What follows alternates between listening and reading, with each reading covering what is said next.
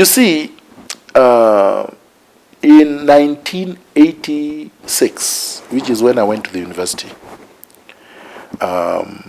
Kenya was a de jure one-party state. Section 2A of the Constitution had been inserted, of the old Constitution, banning multi-party politics. And everybody had to belong to KANU. There was rampant detentions without trial. There was rampant extrajudicial killings. Rampant. There was somebody in this city called Bernard Shaw. That's the name that Kenyans call him. He was some bully white man who was in the police reserve. He was shooting people for sport. He shoots you and then he says a robber was escaping or whatever. Some of them were just political opponents. There was a lot of repression. Then there was looting that you've never seen. Then there was all kinds of repressive measures. As an idealistic student, I hated that. But I had no means. I had no ability to challenge it when I was in high school. So when I went to the National Youth Service, just before we came to the university, I said, now this is God sent. All the students are here. Everybody. From all public universities, people are preparing. I did my groundwork and I worked that crowd. I did. By the time I came to the university, I'd already stood out. I knew if I stood for anything, shoe in, because they already knew what I stood for and that I would stand for the interest of the common person. So when I stood at the University of Nairobi, they elected me because they knew the ideals that I stood for. And I continued. So when Moi panicked, because in our year, we had Buke, whom they thought was visiting the Libyan embassy and was being given money for us to try to overthrow the government. There was Kabarere Njenga. There were other students, leaders, progressive student leaders, who were dedicated to have change brought in this country. And you know, at that time, the student movement, the youth, was the last bastion. The media was dead long time. There was no opposition party. The media was dead. They were just parroting whatever Moi said. And trade unions were dead. The church was dead. Okulu was trying. And Muge was flipping and flopping. Because Muge sometimes would criticize Moi and sometimes he would praise Moi. It was only later, just before he died, that he really cut.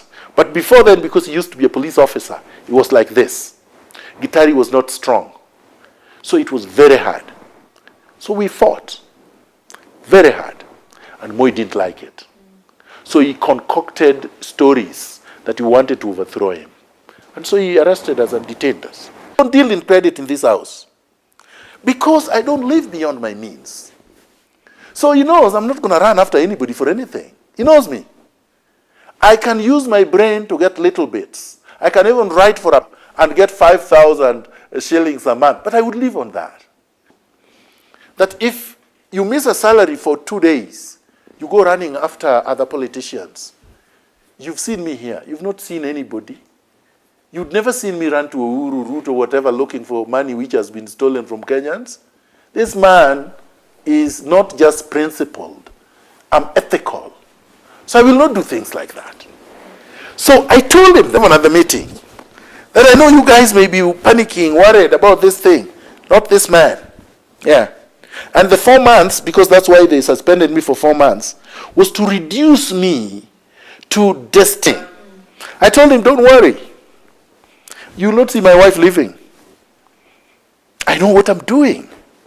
Before I came back to Kenya, I knew what I was doing. You see? Because I practiced for more than 10 years. When Raila came to Canada, when I invited him in 2006, I paid for all his expenses.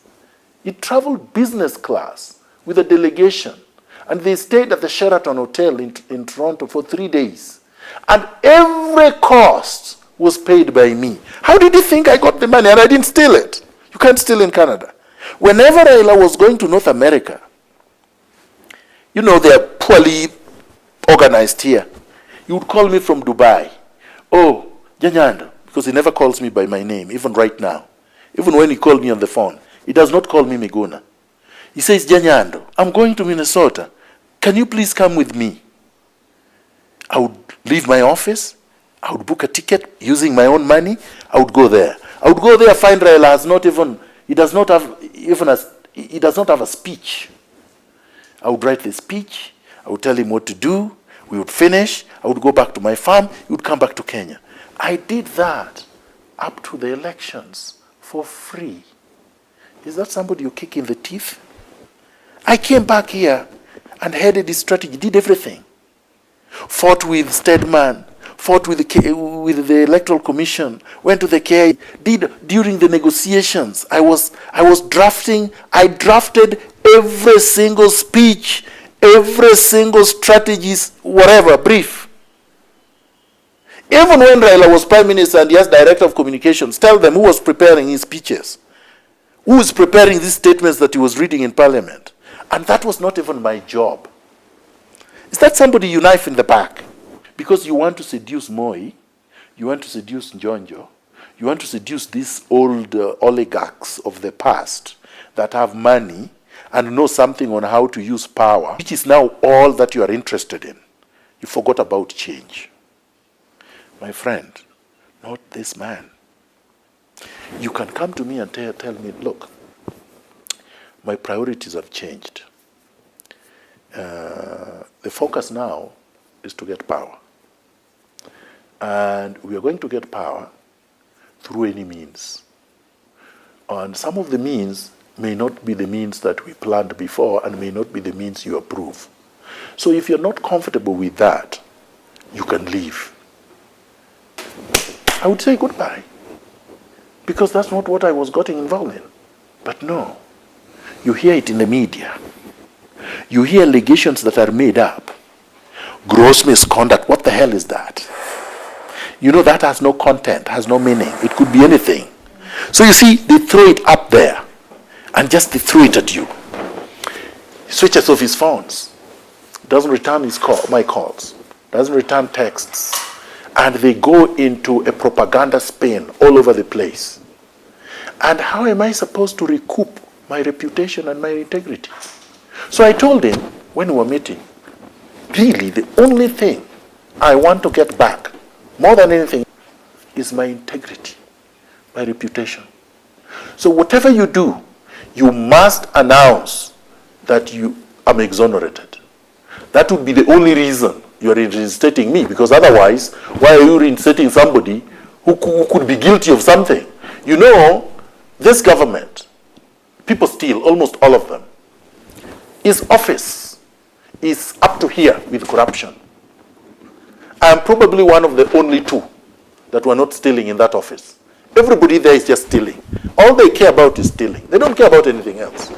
So, the question is, you know this about you, he's not a thief.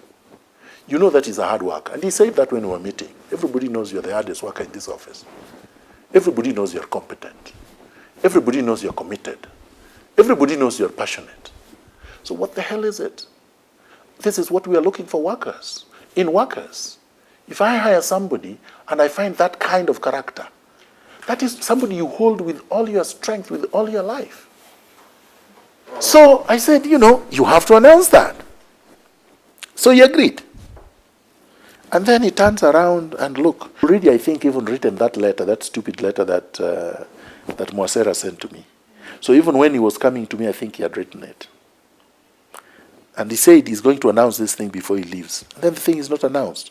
So you see, out of courtesy, out of respect, out of also professional discretion, I say I will give him time. I will wait until the 30th, because they are hanging their coats on this thing about the 30th. So I will wait until then. Then, of course, on the 28th, Karoli calls me to say, the Prime Minister said we should speak about this statement. So I told him, actually, we had agreed on the terms. It was written down. I give him the telephone number of this mutual friend of the Prime Minister and me, and tell him he's going to give you the content, because we wrote it together, the three of us. So I give him. They talk. The guy sends an email and copies to me, and we agree on what is to be released. Then he releases his own thing. So when I spoke with this mutual friend of ours, even him, he was stunned. He said, what are these people doing? We agreed on this thing. The Prime Minister knows there was no condition. Otherwise, what were we wasting our time for? So he says that subject to me withdrawing my cases. So, but at first I said, let me not react on that one, because it's just a media statement. Let me wait for the letter. Maybe the letter is okay. Because immediately he sent this, I sent him an email saying, no, you must. You turn it off for me. Yeah, it's mine, but you can turn it off. So I said, you letter, and it is a final warning, and it is a disciplinary process. The letter talks of an investigation. There is no report. The letter talks about the local agreement, which we did not even talk about, and there is no local agreement document. The letter is just outrageous. So at that point, and I had warned this mutual friend of ours, I told him, this guy is deceitful. They think they are smarter than what they are. And yet they are not even half smarter than me. They are not even as half smart as me. But they think they can actually play around with me. I had seen through this thing all through. And when I went into that meeting, because I've represented people, just a lawyer, I'm also a mediator, trained one, with a master's degree in mediation. I know all the loopholes. You can't trap me. You can agree with me in good faith. That you can do. The moment you try trapping me, you will not get out of the trap yourself. Because I'll put you in a ditch you've never been in. And that's what he found himself in. Isn't he in a ditch? Because right now, he can't rescind the rescission. How would he look? That he did this to me before, which was quite inhuman. And now, I even went to a meeting which I should not have gone to, but out of respect. Now he's trying to do it again. What kind of a man? If he can do this to his advisor twice, what can he do to Kenyans? If he cannot fix a simple deal as this one, how can he fix the problems of Kenyans as a president? These are questions that we must ask. If he's deceiving his best friend, what about people he doesn't know? Can you trust this man with the power to take the country to war? With the power to kill, because a president can kill. With the power to detain. With the power to fire all his enemies. With the power to render everybody who does not agree with him destitute. Remember, Raila was in a similar problem exactly just like mine. When Raila came out of detention in 1988, Raila found his family destitute. His wife had no job. His children were out of school. They didn't have fees. There was no home. Moi had thrown them out of a government house in Kenya High. And Raila had no friends. Unlike me, you see me, I have my home. Raila didn't have even a house. No roof over his head. And Raila, if he went to a bar and just sat there, everybody will leave. Even the barman will close the bar. Because you didn't know when Moi is going to arrest you that you are addressing a clandestine organization to overthrow him. Raila had no friends. The first house Raila had, which was in Runda here, the mortgage, was given to him by Achingo Neko's son, this Dr. Achingo Ngonga Oneko. Raila had patrol. So you ask, if you've been in this ditch before, why do you want to put someone in it? Someone who has not done anything. At least you were accused of trying to overthrow Moi. This man did not try to overthrow you, did not try to kill you. This man has been trying to defend you more than any other person in your life. I've defended it more than Orengo, more than Nyongo, more than the whole group. And what is my payment? Throwing me under the bus. The man is ungrateful, the man is deceitful, the man is vindictive, and the man is inhumane. And those are not characteristics of a leader. And I will say it for free, and I will say it every day, and I will say it everywhere. Without apology, without equivocation, because I know what I'm talking about. All these yapping dogs out there who want to get into the office, let them go. They can go and work there. You see, if they think I'm ungrateful, all these people who think Raila is God, that once you have a big position in government, you cannot be criticized.